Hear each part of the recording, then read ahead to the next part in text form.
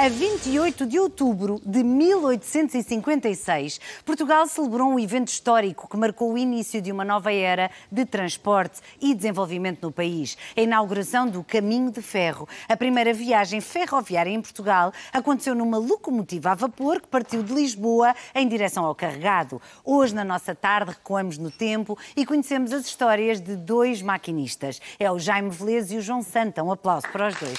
Bem-vindos, boa tarde. Deixem-se estar, boa tarde. Muito obrigada. Muito bem-vindos à nossa tarde. Obrigada por estarem connosco. Bom, eu vou começar, enfim, por conversar com o Jaime Velez. É o Jaime está ali daquele lado, com o Jaime Velez, até porque o Jaime se reformou já e, portanto, já não está no ativo, se bem que muito boa parte da sua vida foi passada enquanto maquinista dentro de um comboio, não é? Antes de mais, gostava de lhe perguntar se quando era pequenino já era este o sonho que tinha, porque Sim. há muitos meninos que sonham com comboios. Sim, já é este o sonho. E talvez porque o meu pai também foi maquinista. Certo, eu sei. É a terceira geração já, aliás. De ferroviários, Sim. só nós dois é que fomos maquinistas dentro da CP. E foi sempre o sonho que eu fui alimentado até que um dia, quando ingressei nos caminhos de ferro, em 83, fui primeiro ingressei nas oficinas, porque eu comecei a concorrer para a CP ainda em 73, jovem, que eram os chamados aprendizes. Sim. Com o processo revolucionário de descolonização da África, havia que dar emprego a outras pessoas e a minha admissão ficou suspensa. Uhum. Até que a CP sempre guardou estes registros destas pessoas, destes filhos de funcionários, Sim. até por volta de 80 e foi sempre, nunca os desprezou, falando assim. Uhum. E em 83 sou chamado, já depois de concluir o serviço militar obrigatório, sou chamado a prestar provas para a admissão, mas para as oficinas, que é o que se conseguia arranjar na altura. Também não tinha idade para ser maquinista, porque só aos 25 anos é que era preciso, eu tinha 23, podia ingressar e fazer o curso respectivo, que levava cerca de um ano, 9 meses. E eu sei que esta fotografia é sua, portanto é relativamente recente, mas o seu pai chegou a guiar, é assim que se diz? Conduzir. A conduzir uma locomotiva a vapor. Várias, não é? Porque eram os comboios que existiam na altura, Sim. nos anos 40, julgo eu. Sim, provavelmente nos anos 40 seria ainda fogueiro. Sim. Finais de 40, porque em 42 estava nos Açores, o serviço militar obrigatório para ele. Sim. Terá começado a conduzir provavelmente na metade dos anos 50. Uhum. E quais são as histórias que mais o marcam nesta sua profissão que é tão bonita? Foi logo no início. Recordo-me que tinha poucos meses de maquinista na estação do Rossio. Entrei dentro de uma automotora chamadas UTEs, que eram aquelas que faziam os suburbanos de Lisboa, Rossio, à época, a Sintra. E estava um senhor já de meia idade e detectou que era maquinista. E, olha, eu já andei a construir estas automotoras. Aquilo, de certa forma, mexe connosco, não é? E isso nunca mais esqueceu? Nunca mais esqueci. A simpatia da pessoa, a simpatia, sorriso, tudo. O orgulho de ter e de estar a transmitir a um jovem, que eu tinha 27 anos, aquelas frases. Sim. Houve alguma vez alguma criança que entrou no comboio a dizer-lhe eu também gostava de ser maquinista um dia? Sim, eu tenho a impressão que sim. O João tem aqui uma história, já vai partilhar connosco. Foi, penso eu, na Covilhã, penso eu, sim. E eu era miúdos da escola, talvez de 13, 14 anos, mas eu até os convidei a entrar, vejam. Sim, que maravilha. Ficaram. E ficaram todos apaixonados, pois claro. Não sei, nunca mais voltei a vê-los, não é? João, muito obrigada também por estar connosco, bem-vindo. O João ainda está ao serviço e eu também gostava de saber se esta sua paixão vem desde pequenino e como é que foi depois ingressar na CP. Sim, bem, eu costumo dizer que eu nasci na ferrovia. O meu pai era auxiliar de estação, a minha mãe mais tarde foi guarda de passagem a nível e eles andavam de terra em terra, deslocados, e eu nasci fora da minha terra. Claro. Da minha tinha que estar onde os pais estavam, não é? Claro, exatamente. Eu nasci em Vilarinho das Paranheiras, que é uma aldeia perto de Chaves, entre Bidaga e Chaves, e fui naturalizado. Sim. Vila Pouca da Guiar, portanto, sou natural de Vila Pouca da Guiar, mas nasci nessa aldeia. Portanto, e corri o caminho todo que os meus pais correram. Depois a minha mãe, na altura, arranjou lá uma vaga que era substituta nas guardas de passagem de nível. Sim. E o meu pai, entretanto, foi transferido para a Régua e nós acompanhámos-lo sempre. Certo. A minha mãe, entretanto, teve que ir para o Couto de Cambeses também, para a guarda de passagem. Foi lá que fui guarda de passagem de nível. Ok. Depois o meu pai estava na Régua, arranjou uma vaga lá numa passagem de nível, então a gente viemos viver para a Régua e ali ficamos. Então, e depois, quando passava de comboio, dizia adeus ao pai e à mãe e seguia a viagem? Nunca coincidiu, porque eu ainda não era maquinista. Exato, ainda era mais pequeno. Agora, que tipo de comboios é que conduziam? Ou seja, se eram intercidades, como é que funcionava, João? Portanto, eu, na altura, também comecei com ele aqui na linha de Sintra, porque nessa altura era considerada a linha escola, portanto, quase todos os maquinistas tinham que passar por lá, porquê? Porque havia lá pessoas também a trabalhar deslocadas, que não eram da terra, então nós tínhamos que os ir substituir, e era assim gradualmente, porque ali, depois, passado um tempo, eu por acaso tive a sorte, só andei lá 2 anos e meio, Sim. aqui na linha de Sintra, depois tive que ir para fui para Contomil, mas continuava a viver na Régua. Ok. Depois tinha que fazer aquelas viagens todas. E o Jaime? Olá, sim. Jaime, estamos aqui. Oi. Quanto tempo é que estive na linha de Sintra? Não, como é que foi também a sua passagem? Se começou na linha de Sintra, se foi para Intercidades, para o Inter... Como é que foi? Como é que aconteceu? Sim, na linha de Sintra. Depois, vou falar tecnicamente. Fui transferido para o depósito de Campolide, mas aí já tinha outros tipos de comboios, além dos suburbanos, regionais. Mais tarde, como nós chamamos, formação, curso das locomotivas, durou alguns meses e foi por causa da calçada da Glória, que ultimamente tem-se falado bastante, não é? Pois é, do elevador da Glória, pelas razões, claro, pelas piores razões. Pelas piores razões. E comecei o percurso, então, mais no longo curso, Lisboa-Porto, Porto-Lisboa, em passageiros, interregionais, intercidades e também algumas mercadorias na altura. Sim. Se por um lado, e eu agora vou falar de uma situação um bocadinho triste, mas é verdade, se por um lado há uma magia muito grande que é sempre ligada aos comboios, por outro lado, os comboios também representam muitas vezes morte certa para quem quer pôr fim à vida. E eu sei que os senhores também já assistiram a alguns episódios muito tristes. Como é que foi? Não querendo contar detalhes, naturalmente. Mas já acontece com mais frequência do que aquilo que as pessoas pensam? Provavelmente mais nas zonas suburbanas. Embora eu na zona suburbana, felizmente, nunca tive esse problema. Estive foi depois no longo percurso. Desde suicídios. E penso que outro caso foi descuido da pessoa porque era surda e atravessou a linha no local que devia ter atravessado. Sim. E é sempre uma situação. Mas aquela que mais marcou foi às 12. Foi perto de Espinha, às 2h20 da manhã. Não vou entrar mais por nós, para entrar provavelmente no cotidiano de alguém que esteja já há muitos anos. E foi assim um bocado. Sim, mas é uma coisa uma que jovem. Não se esquece. Uma jovem. João, também vive alguma situação assim? Eu acho que poucos maquistas não assistem a essa situação. É triste, é. Custa, mas sim. Não se pode fazer nada, porque o comboio não para de repente, dando uns metros largos. Claro.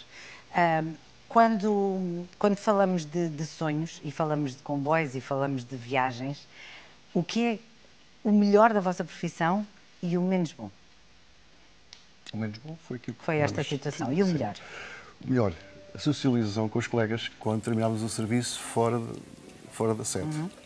Por exemplo, muitas vezes fiquei no Porto, em Contomil, Covilhã, na Guarda, Elvas, Sines. Sim. E depois do serviço, quando nos encontrávamos, havia sempre aquela socialização, como é que foi o nosso cotidiano, como foi, entre outros assuntos mais particulares. Certo. E foi as partes. Sim, nós temos uma vida nómada que... Pois é. Nós que tem muitas coisas boas e tem muitas coisas menos boas. Muitos repousos fora da sede, portanto, esteve fora da família. Nós sofremos, mas acho que a família ainda sofre mais, não é? Não Claro. sabe onde é que a gente anda, como é que andamos, e estamos sempre sujeitos a situações drásticas que podem suceder. Pois claro, porque para ser maquinista é preciso muitos testes e é preciso muito estudo e é preciso passar por muitos níveis, não é assim de um momento para o outro. Nós temos, aliás, um colega que trabalhava aqui connosco na RTP, o Ricardo Lapo, que hoje em dia cumpriu o seu sonho, que era ser maquinista, e nós bem víamos o que ele precisava de estudar e de ir passando até chegar ao momento certo, porque é uma grande responsabilidade também a quantidade de vidas que transportam todos os dias.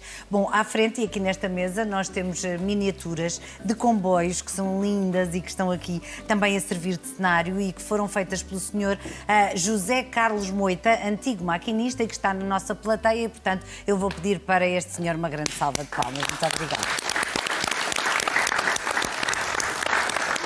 Obrigada. Mas vou só fazer aqui uma pausa na nossa conversa para ir com a Inês Carranca até ao entroncamento, ela que foi visitar o Museu Nacional Ferroviário.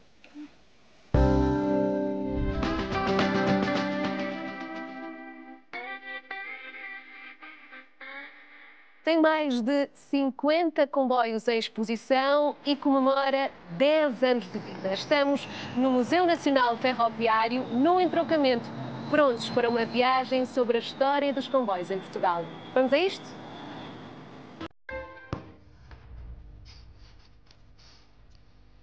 Desde já, parabéns por estes 10 anos de existência. 10 anos fantásticos, em que viemos sempre a crescer em termos de visitantes. A ferrovia, os comboios, puxa o quê? A emoção das pessoas, provoca a emoção das pessoas. Não há quem não tenha memórias de comboios, memórias de ouvir dizer, memórias de filmes, não há nenhum. E muitos livros também, portanto, nas artes a ferrovia está presente com muita força. Qual é sempre aqui aquele espaço, aquela peça que puxa mais a curiosidade de quem aqui vem? Comboio Real. Estamos na carruagem do Príncipe, do Comboio Real, mais precisamente. O veículo mais antigo desta composição tem 167 anos. Esta carruagem é a carruagem do Príncipe, foi oferecida pela sua mãe, a mãe do Dom Carlos, a Dona Maria Pia, quando ele fez 14 anos. Antigamente davam-se assim estas prendas. E era aqui que eles se deslocavam, principalmente para ir de férias? Sim, principalmente para Vila Viçosa. Este comboio fazia deslocações oficiais e mais particulares também. Qual é que é assim, o elemento mais curioso desta carruagem? A sanita. A sanita é muito bonita. Esta carruagem foi construída na Inglaterra, em 1877, e a parte dos sanitários é realmente muito bonita. Esta altura fez parte da minha infância. E o meu avô, quando era pequeno, fazia questão de me ir mostrar os comboios, como era hábito dos avós da altura, e então ele fazia muita questão de dizer que elas chamavam-se Joaninhas, eram vermelhas e que andavam no Alentejo, que é as nossas origens, como família. A gente chama-lhe Noab ou Joaninhas. As Joaninhas são originárias da Suécia, vieram em 1948. Curiosamente, esta foi a primeira que chegou a Portugal. Chegou cá, foi uma grande revolução, porque o país era um país que vivia sob um regime ditatorial. Um grande motor a nível regional e a nível da movimentação das pessoas. Qual é que foi a grande curiosidade? A parte técnica. Por isto a funcionar? Sim. O que é que nós tínhamos curiosidade? De colocar mãos à obra no ponto de vista técnico ou estrutural. Foi difícil? Foi. Nunca tinha visto nada igual. Não. Pronto, Inês, neste momento temos o comboio aqui parado na estação do entroncamento, temos aqui a famosa ponte conhecida. Vais levar o comboio pelo menos até ao Porto, vais levar um direto, que era na altura como se fosse o nosso Intercidades. Não há possibilidade disto descarrilar, não? Logo veremos. Pronto. Olha, aí vamos nós, cuidado, Agora saiam da vai frente. um bocadinho. Isto é o barulho real, não é? Isto é o barulho real. O barulho é uma Claro. primeira experiência. Não foi mal. Não foi mal. Chegámos à estação, os passageiros vêm todos vivos, Sim, está tudo acho que vivo. sim. Ao contar a história da ferrovia em Portugal, que é o que nós contamos neste museu, com os mais... Desde um bilhete, no bilhete número 5, se não erro, da primeira Da primeira viagem viagem. em Portugal, até estes grandes cavalos de ferro, que, portanto, desde o liberalismo, são 200 anos de história de Portugal que são contados neste museu.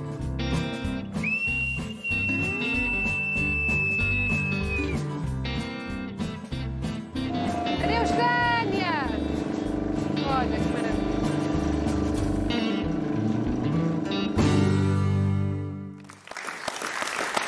Beijinhos, querida Inês, um grande beijinho para ti. Se puder, visite o Museu Nacional Ferroviário. Bom, para além disso, aqui estão algumas das miniaturas de comboios que os nossos convidados fizeram o favor de nos trazer e eu sei que vocês sabem quais são alguns deles. Se não olharmos para este, Jaime, o que é que eu tenho nas mãos? Isso é uma locomotiva diesel, é da série 1550, construída no Canadá e veio para o nosso país no princípio dos anos 70. E continua a circular? Deram 20, de 1550 a 1570. Não sei as quantidades delas que estão, mas sei que uma faz parte do comboio de socorro que está sediada no entroncamento. Outra que foi vendida, acho eu, à Captran, que é outra empresa concorrente da Medway em mercadorias. E penso que não, e talvez um outro empreiteiro de ferrovia que tenha também adquirido para as suas deslocações, mas pelo serviço que ultimamente praticaram na altura na CP Carga, praticamente estão todas fora de circulação. Muito bem. E estes próximos, qual é que gostava de destacar destes que estão aqui em cima? Gostei muito de 200. Esta, sim. Esta? Sim. Que foi a imagem do simulador que apareceu aqui no vosso vídeo. Esta aqui. E Sim. é de que ano? Sensivelmente do mesmo ano desta. Vieram as primeiras unidades já construídas na História FAM. Pois, Hoje claro. não se constrói nada em Portugal. Pois não. Infelizmente. Eram locomotivas já para a época que podiam circular a 160 km por hora. Puxa. Eu ainda cheguei a circular a 160 km por hora nas intercidades. Era uma locomotiva elétrica, de origem francesa, da Alstom. E hoje em dia as locomotivas circulam a quantos quilómetros hora? Qual é o máximo? Vá. Qual é o máximo? Eu já não posso falar muito. O pendular, que é 220. 220 o alfa pendular? Sim. Ok. Depois temos aqui a 5600. Qual é a 5600? É que vocês falam de comboios como eu falo de microfones. Quer dizer, eu também não falo assim de microfones. É mentira. Mas é este? Sim. Este é pesado, até em pequeno. Até em pequeno ele é pesado. Então, e de que ano é? Isso não é muito, não sei que idade, não é muito velha, essa é das mais recentes. 1992, Sim, provavelmente. Então ainda está em circulação, ou não? Sim. Está? Está. Estão bem construída na História FAM. Aquela também ainda está em circulação. Qual é o mais antigo de todos? É aquele lá ao fundo preto?